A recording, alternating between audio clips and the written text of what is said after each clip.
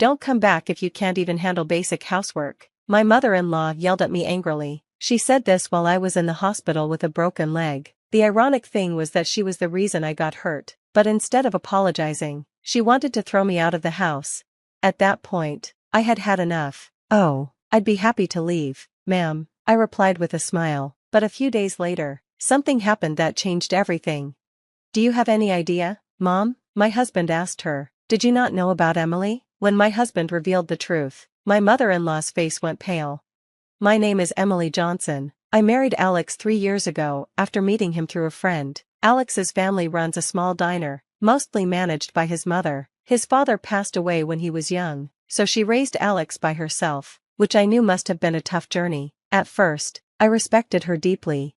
After we married, I kept working, as Alex wanted. He was running the diner alongside his mother, but my mother-in-law didn't like that I wasn't helping around the house. A woman who doesn't even do chores? And working? Women don't earn much anyway. She would complain every day. Soon, her complaining turned into harassment.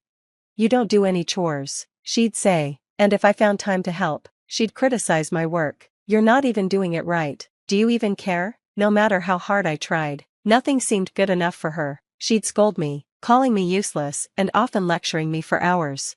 My stress kept growing. When I tried to talk to Alex about it, he just said, "It's between you two, don't drag me into this," and kept out of it. Then, one day, things took a turn.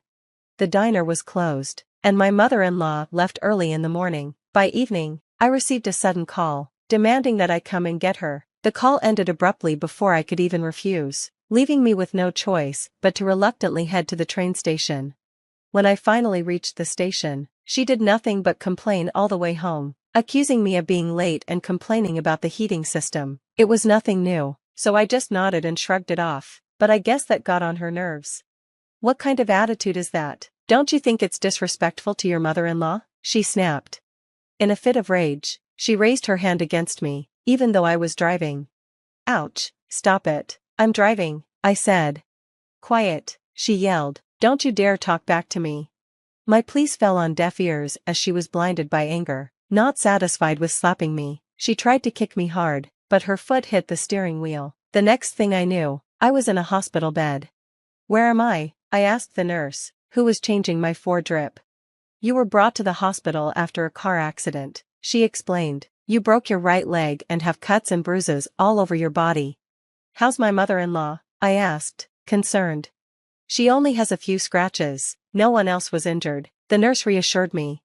I felt slightly relieved. However, when my mother-in-law came to my room, she immediately started yelling at me. "It's all your fault I got injured. You need to pay me compensation," she screeched the moment she saw me injured. "Where did you get injured?" I asked. She rolled up her sleeve and showed me a small piece of gauze. Meanwhile, I was confined to my bed, unable to move. After all, the accident was her fault. She lost her temper and hit me while I was driving, causing the crash, but there wasn't a single word of apology from her. On top of being good for nothing, you want to be a nuisance to your own mother-in-law? You're nothing but a god of pestilence. I never liked you from the start. Don't you dare come back if you can't even do basic housework. The moment I heard those words, I could feel something snap inside me. "Oh, I'd be delighted to do that, ma'am," I said, before I even knew it. My mother-in-law just stood there with a stunned look on her face.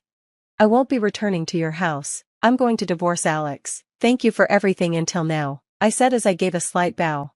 My mother-in-law snapped out of her shock and responded, "Oh, how unusual for you to listen for once. Yes, just as you say, I'm useless and worthless. I don't belong in your house," I said, pretending to be downcast. She left the hospital room saying, "Oh, I see," unable to say anything more.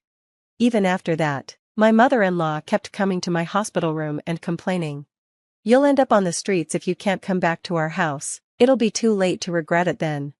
"Yes, you're right. It would have been better if you had done this sooner," I replied casually, not looking up from my phone. "You're absolutely right," she kept complaining. "Are you listening?" I ignored her as usual, scrolling on my phone. This happened several times. A week after I was admitted to the hospital, my mother-in-law came to my room to complain again. As usual, I ignored her, but then, suddenly, my husband Alex burst in, pale-faced. "Oh, It's unusual for you to visit. What changed your mind? I asked. What on earth is this? Alex asked, holding up a divorce paper with my details already filled in. I asked my family to mail it. I'm glad it arrived just fine, Alex said, with a slight smile. I calmly told him everything my mother-in-law had said to me. Mom, did you not know? Emily earns way more than I do. Alex turned pale as he asked this in a shaky voice. Yes, I've been working for a large corporation since before we got married. I've worked hard and achieved good results, so I hold a fairly high position now. My salary reflects the toughness of the job and, as you put it, is quite substantial. But she doesn't look like she earns that much, does she? My mother-in-law retorted. She always wears the same clothes.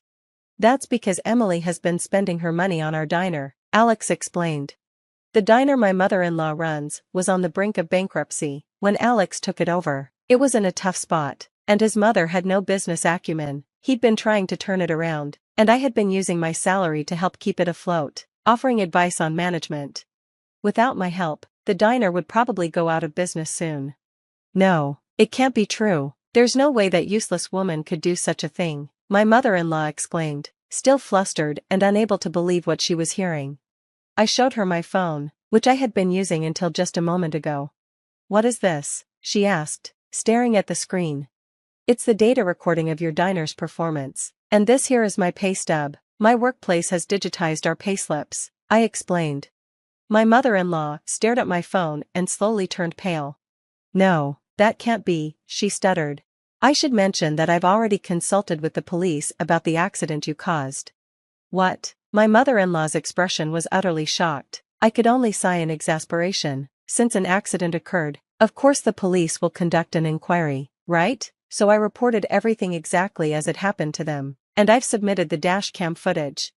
Why? Why would you do that? She asked, visibly nervous. From her reaction, it seemed like she was aware that she caused the accident. There's a chance you could be held criminally liable, I said, but if you admit it, you might get off with a lighter sentence. After a while, my mother-in-law started trembling, and then to my surprise, she knelt before me.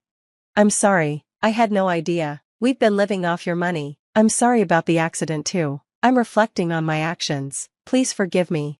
She changed her attitude right away. Until now, she'd never uttered an apology. Is it that easy to say sorry when it means she can get off the hook? The sight of her was pathetic. It made me more disgusted than angry. Emily, Mom's really sorry. You'll forgive her, right? Alex said, his voice pleading as he laid his hand on my mother-in-law's back. She looked up at him with tearful eyes, and he nodded reassuringly. Watching them try to garner sympathy, I couldn't help but speak up. What are you saying? I will never forgive you. Huh? Isn't it obvious? I said, actually, I intended to divorce you even before this mess with your mom. Alex was taken aback by my unexpected response.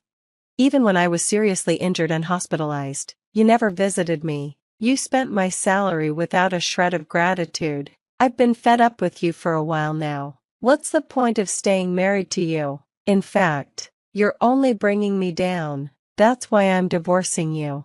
I smiled brightly, in stark contrast to Alex and my mother-in-law, whose faces were filled with despair. There was some fuss afterward, with Alex throwing a tantrum, but once I mentioned getting a lawyer involved, he quickly signed the divorce papers. He should have just signed them without making such a fuss. I couldn't be more disappointed in him, but the regret of marrying him cut deep.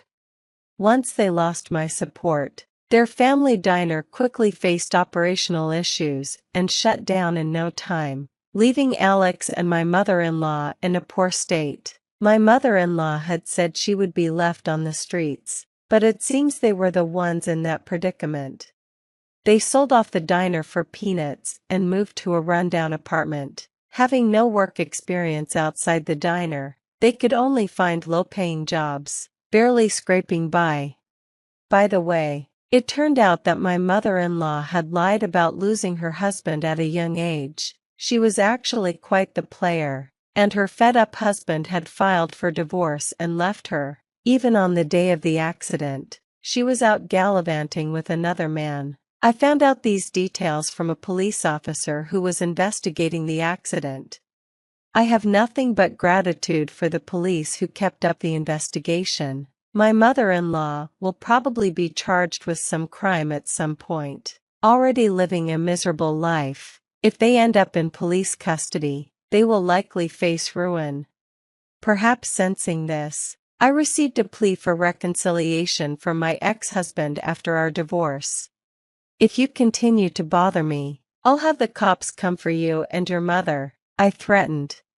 After that, he never showed up in front of me again. The divorce went through smoothly, and I cut ties with my in-laws. My broken bone healed after treatment.